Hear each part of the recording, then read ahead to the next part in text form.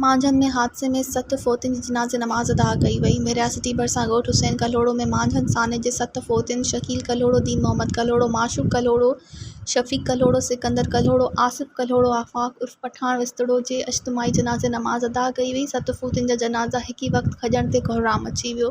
फ़ौतियुनि जी जनाज़े नमाज़ में चूंडियल नुमाइंदनि ज़िले इंतिज़ामिया समेत वॾी तइदाद में लहके वासियुनि शिरकत कई, जॾहिं त जनाज़े नमाज़ जे लाइ ज़िले इंतिज़ामिया पारां के बि इंतिज़ाम न कया विया हुआ। पाणी जो को बि इंतिज़ाम न हुयो। फ़ौतियुनि जा वारिस तोड़े शरीक माण्हू परेशानियुनि खे मुंहुं ॾेई रहिया हुआ।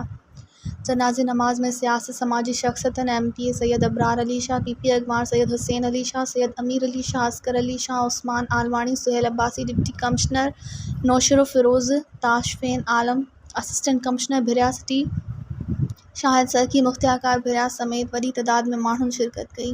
मज़ीद ख़बरनि ऐं तफ़सीलात लाइ विज़िट कयो असांजी वेबसाइट www.awamiNewsHD.com ऐं ॾिसंदा रहो अवामी न्यूज़ HD।